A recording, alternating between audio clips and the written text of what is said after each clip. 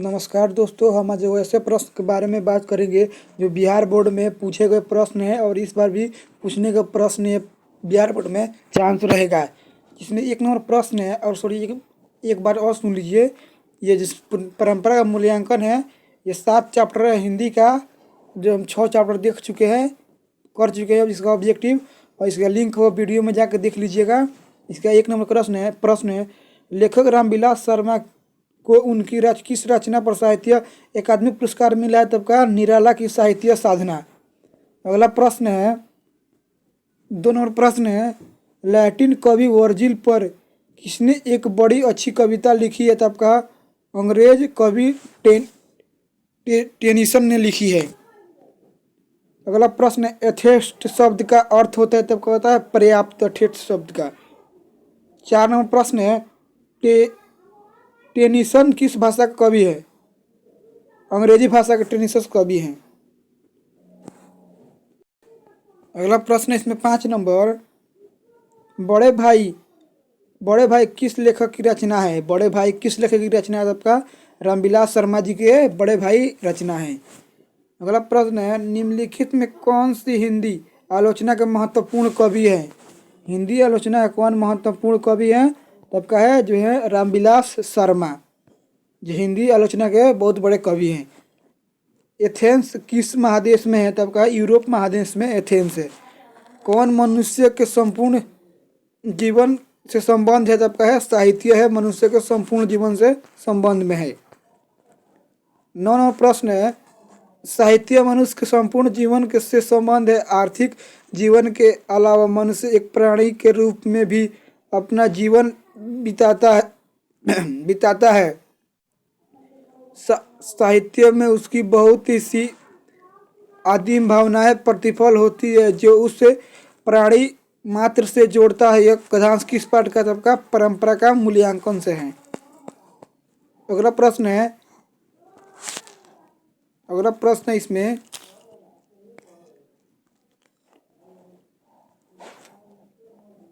ग्यारह नंबर प्रश्न है, लेखक रामविलास शर्मा कब से कब तक भारतीय प्रगतिशील लेखक संघ के महामंत्री रहे हैं? तब का 1949 से 1953 तक रहे हैं। अगला प्रश्न है, द्वंद्वात्मक भौतिकवाद मनुष्य की चेतना को आर्थिक संबंधों से प्रभावित मानते हुए उसके सापेक्ष स्वाधीनता स्वीकार करता है। यह पंक्ति किस पाठ की है? तब का परंपरा का मूल्यांकन की है पंक्ति।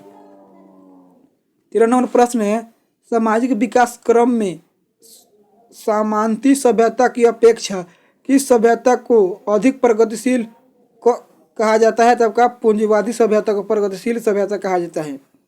अगला प्रश्न है, मनुष्य और परिस्थिति का संबंध है? तब का द्वंद्वात्मक से संबंध है। 15 नंबर प्रश्न है, ज़ारशाही रूस के सोवियत समाज में पढ़े जाने वाले लोकप्रिय साहित्यकार कौन है? तब का है तोलस्टॉय जो है यूरोपीय संघ के सोवियत संघ के महान कवि हैं। निबंध परंपरा का मूल्यांकन के लेखक कौन है? तब का रामविलास शर्मा। याद रखिएगा, जो परंपरा का मूल्यांकन है पाठ की कौन सी विधा है? तब का निबंध जो है। अगला प्रश्न है, हिंदी आलोचना का महत्वपूर्ण हस्ताक्षर डॉक्टर रामविलास शर्मा का जन्म कब और कहाँ हुआ? तब का उनुआ बक्सर 1912 ईस्वी उत्तर प्रदेश में हुआ था। अगला प्रश्न है 18 नंबर, परंपरा का मूल्यांकन गद्य की कौन सी विधा है? तब का निबंध है। अगला प्रश्न है 19 नंबर, रामविलास शर्मा का निधन कब हुआ था? तब का 30 मई 2000 ईस्वी को इनका निधन हुआ था। अगला प्रश्न है, साहित्य की परंपरा का पूर्ण ज्ञान किस व्यवस्था में संभव है? तब का समाजवादी व्यवस्था में पूर्ण ज्ञान का संभव है। अगला प्रश्न है 21 नंबर, साहित्य के निर्माण में प्रतिभाशाली मनुष्य की भूमिका है? तब का निर्णायक भूमिका है।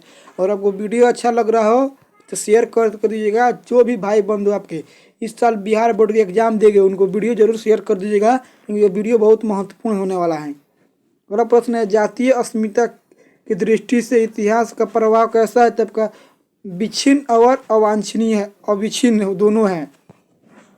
23 नंबर प्रश्न है, परंपरा का ज्ञान किनके लिए आवश्यक है? तो जो लकीर के फकीर न होकर क्रांतिकारी साहित्य की रचना करे।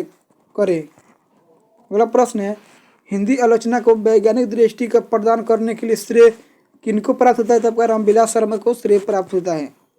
अगला प्रश्न है, हिंदी जीवनी साहित्य को एक नया आयाम कौन दिया है? तो आपका रामविलास शर्मा ने हिंदी को जीवनी को साहित्य के नया आयाम दिया है। अगला प्रश्न है, रामविलास शर्मा के अनुसार भारत की राष्ट्रीय क्षमता का पूर्ण विकास किस व्यवस्था में संभव है? तब का सामाजिक व्यवस्था में संभव है। अगला प्रश्न है, जो लोग साहित्य में युग परिवर्तन करना चाहते हैं, जो लकीर को फकीर नहीं है, जो रूढ़ियों तोड़कर क्रांतिकारी साहित्य रचना चाहते हैं, उनके लिए साहित्य का परंपरा का ज्ञान सबसे ज़्यादा आवश्यक है। प्रस्तुत पंक्ति पाठ्य पदांश से उद्गृत है, तब का परंपरा का मूल्यांकन से है। अगला प्रश्न है, जार शाही कहाँ थी? जार शाही कहाँ की थी? तब का रूस के थी जार शाही। अगला प्रश्न है, निराला के साहित्य साधन के रचनाकार कौन है? तब का रामविलास शर्मा। इनको साहित्य अकादमी पुरस्कार प्रदान किया गया था। अगला प्रश्न है, अस्मिता का सही अर्थ है? तो वो अस्तित्व, पहचान यानी। 31 नंबर प्रश्न है, लेखक रामविलास शर्मा के गांव का नाम क्या था? तब का ऊंच गांव सानी। अगला प्रश्न है, भौतिकवाद का भाग्यवाद नहीं है किस निबंध की पंक्ति है? तब का है परंपरा का मूल्यांकन। एक भाषा बोलने वाली जाति की तरह अनेक भाषाएं बोलने राष्ट्र की भी अस्मिता है। पंक्ति शीर्षक किस पाठ की? तब का परंपरा का मूल्यांकन की। अगला नंबर प्रश्न है, आदिम शब्द का अर्थ है? तब का अति प्राचीन। इस चैप्टर का लास्ट क्वेश्चन है, यदि मनुष्य परिस्थितियों का नियामक नहीं है तो परिस्थितियां भी मनुष्य के नियामक नहीं है। यह कथन किसने कहा? तब का रामविलास शर्मा ने कहा है। अगला 8 चैप्टर देखने के लिए आपको वीडियो को लाइक करना है। इस वीडियो में कम से कम 100 लाइक कम टारगेट रखते हैं, 100 लाइक को पहुंचा देना है। अभी भी बहुत होना चाहिए। अब वीडियो को शेयर कीजिएगा जिसको बिहार बोर्ड का इस साल एग्जाम पढ़ने वाला है, यार से 1 महीना बचा है, जिन भाई बंधुओं को जरूरी है। 8 पर देखने के लिए वीडियो को सब्सक्राइब करें।